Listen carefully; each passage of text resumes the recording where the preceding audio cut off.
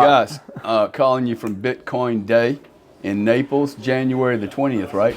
But January 20th, 2024, I think we're in. I just met Nico here. Nico has been involved in Bitcoin for a long time. Nico, introduce yourself. You're from, your family's from Venezuela, right? Yeah, so my family's originally from Venezuela.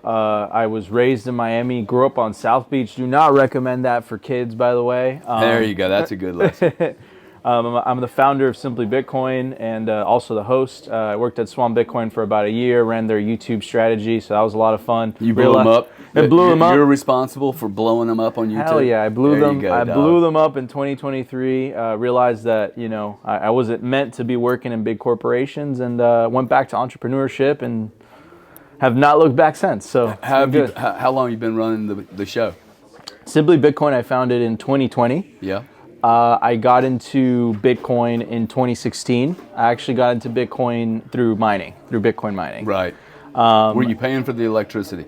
No, so actually... Yeah, exactly. See, all the people that made money on Bitcoin mining before, they kind of got a little free wedge so it's actually electricity. It's actually an interesting story. So I had an uncle at the time, you know, I was like in my early 20s. I didn't know what to do with my life. And I had a cousin who came to visit me from Venezuela. And I told him, like, what are you doing with your life right now? And he said, I'm making this magic internet money. I sold everything I had, Gary. I sold everything I had, borrowed money from my ex-girlfriend, borrowed money from my mom, got on a plane, went to Venezuela. And at the time, Venezuela was going through this like hyperinflationary period. So it created like, you had the black market rate for electricity and you had the official market rate. Everyone was paying the black market rate. So it created a situation where you were essentially mining for free. That was until the government officials themselves started to realize that one S9 makes me more than my government salary. Right. So they would steal it and they would start mining at home themselves. So that freaked out a little bit of my uncle's clients and my cousin and all them. And I was the only American citizen. That was my big break. And I was able to migrate some of those clients to the United States, specifically to the great state of South Carolina. And then 2018 came. And then I got smacked right in the face. Had to go back work. What? It's the Bitcoin bear market. Okay. Oh, yeah. You got smacked because your position was too long. No, I mean just miners get wrecked in bear markets, and it wasn't like Venezuela where I was mining for free. I was paying 5 cents, 6 cents kilowatt hour. Yeah. Did you have any debt? You were just. No, I don't believe in debt. I'm a millennial. Most miners live on debt, so. So you came in 2014, so the price is around... I came in 2016. First time of Bitcoin was like, my first buy was $500 to $600. Yeah, I was going to say around $600. Yeah. I looked at it in 16 and walked away from it because I'd watched all the Roger Ver, all those old guys. Yeah. And man, it felt like there was so much tribalism. I'm like, I can't do this now. Not with real money. I can't do it. It was the right decision for me at the time because there was too much noise.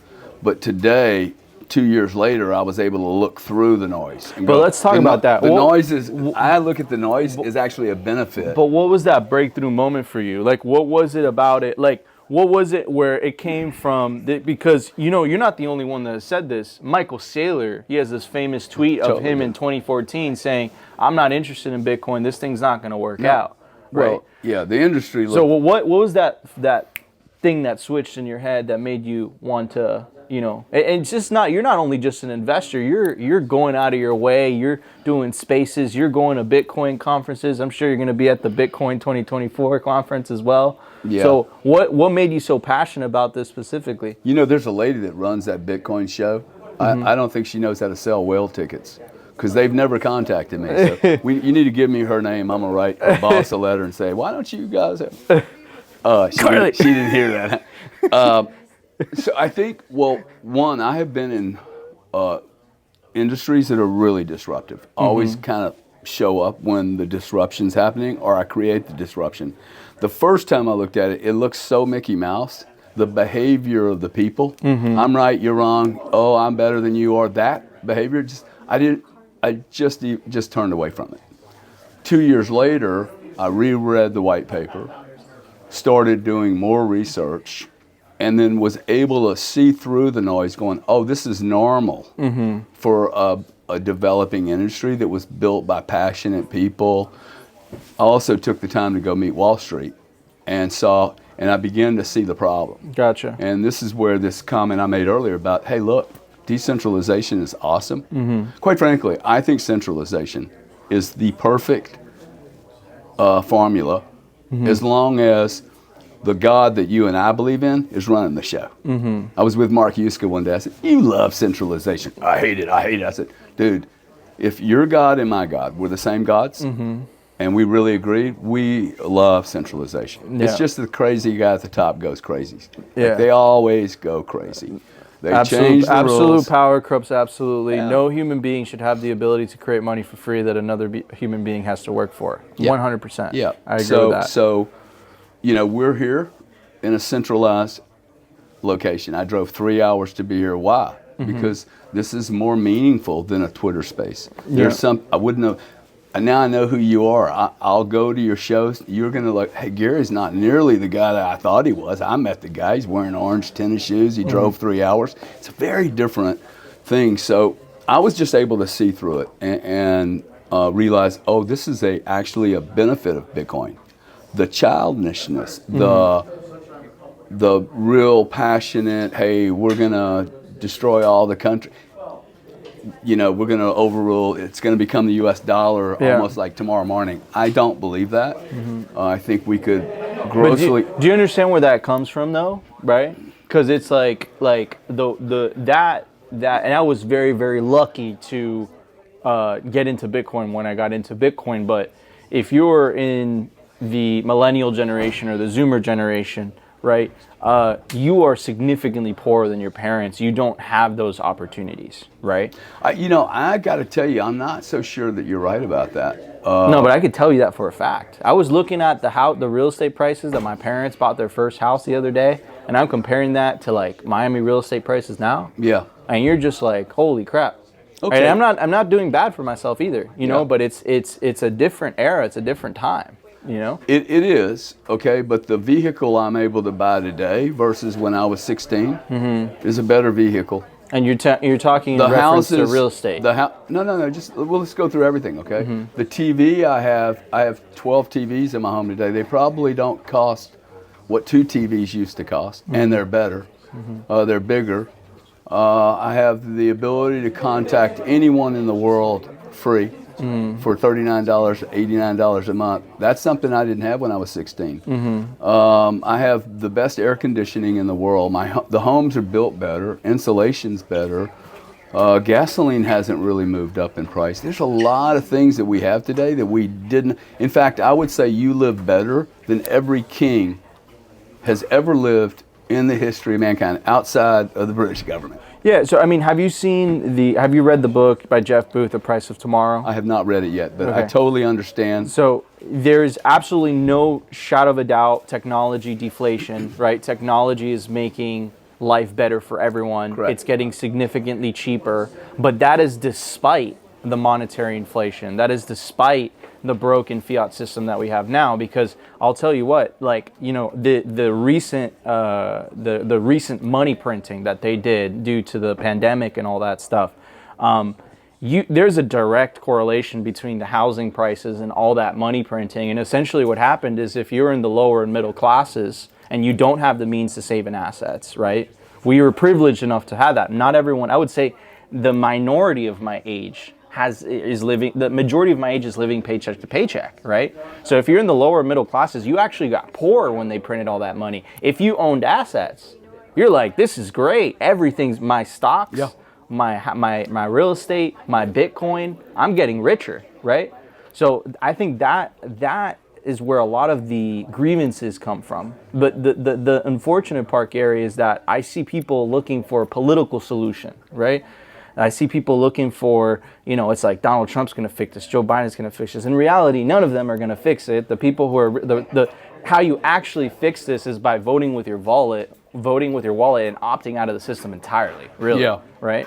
Yeah. I hear you, and I just don't think it's black and white. I think that we have we have a better quality of life today than we did 40 years ago, even though the dollar has been effectively tripled in volume. Okay, and that is inflated prices. House prices are clearly inflated. I think interest rates, I mean, I was surprised when everybody got freaked out about 8% interest rate. I would borrow $100 million right now for 6.5%. I think that's a zero was dumb. 2% was really dumb. And we'll end up at 5-6%. I mean, the real estate markets can already borrow 5.5% money. That's a big change in less than a year. Yeah. Look, we point our fingers at fiat money as if someone did something draconian and bad. Before the last 10 years, we had no other options.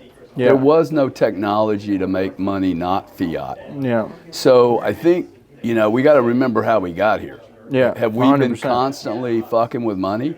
Yes, for centuries. No, but and I understand where you're coming from. But you have to understand that Bitcoin's been 2/3 of my life. I mean, 1/3 of my life. Right? I don't even remember what I was my junior year of high school when Bitcoin was a thing. So how old are you? I'm 31. Okay. So essentially my adult life has been, actually I've went backwards. I've had Larry Lepard on my podcast and James Lavish and these brilliant minds, and they're talking to me about the legacy financial system. And Gary, I had to do the opposite. I had to essentially go from understanding Bitcoin, how Bitcoin works, to going backwards and trying to understand how the legacy financial system works. That's right. Right? And then from that perspective, you're looking at it, you're going backwards and you're looking back at the legacy system and you're saying, holy cow, like I can't believe that's even a thing. So I get what you're saying, right? You've been in the industry, you've obviously made yourself very successful, and you've managed to navigate this system, and you could say benefit from it. Well, I'm just saying that we had no technology to do what we're able to do today. Yeah. I'm just saying that this time has allowed us to actually fix a system that was probably the best system they could have fixed and created with the tools they had. Like it's literally, look, we're moving into digitizing the entire planet. This is what I call the era of digitizing planet Earth. And you won't stop. This is going from analog, and it's going down a little, and then the World Wide Web, the internet. Nobody even thought to think about money with the internet. Yeah. See, this is the problem with technologists. They do this. Yeah. Right? And they, like all those smart guys, did not think, hey, let's do money around the internet, right? Well, now we're fixing it. So you have transactions increasing. Volume, you have transaction values going down.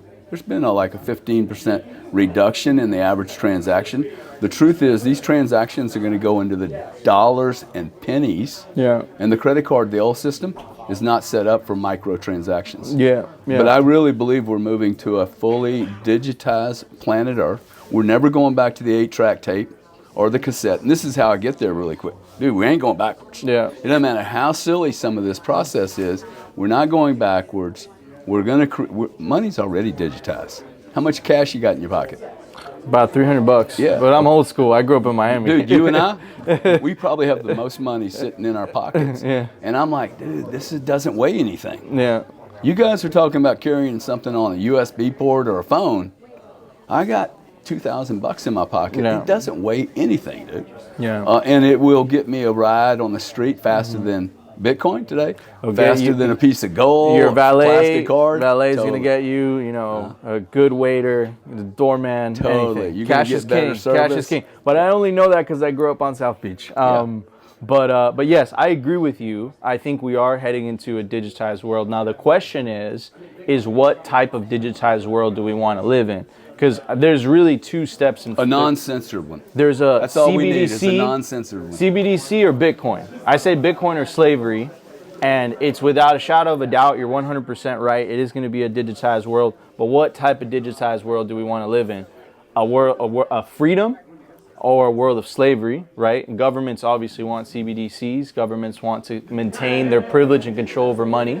Or do we want a money of which no one can control? No one has any special privileges, right? That's, I think, the the million Satoshi question. Yeah. To put it nicely. Yeah, I mean, I agree.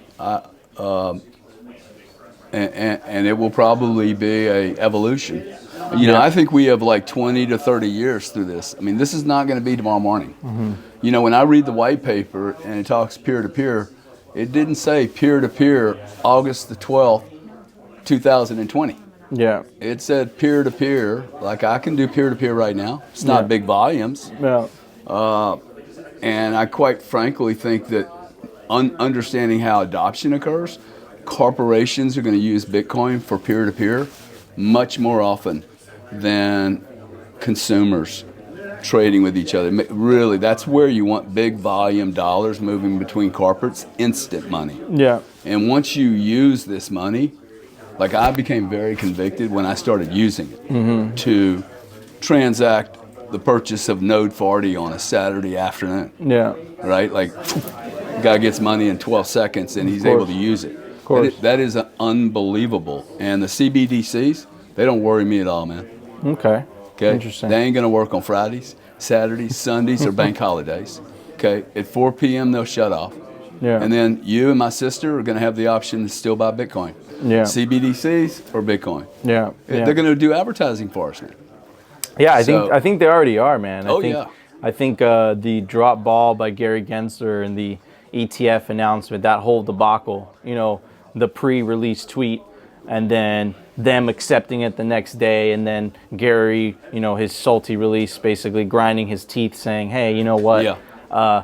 You know, we like this ETF, but you know, I still don't accept it, right?" So I think the ETFs are going to be a game changer. I think the whole relationship between the individual and the state is going to change, you know, because of the sovereignty that Bitcoin gives in the individual, especially if they're taking self-custody of it. Are you pro or con on the ETF?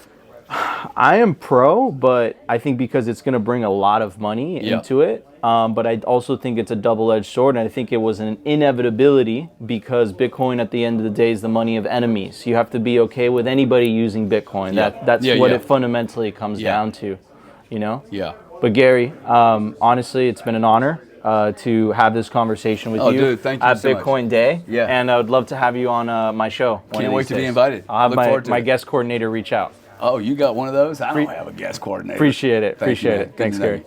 Thank you.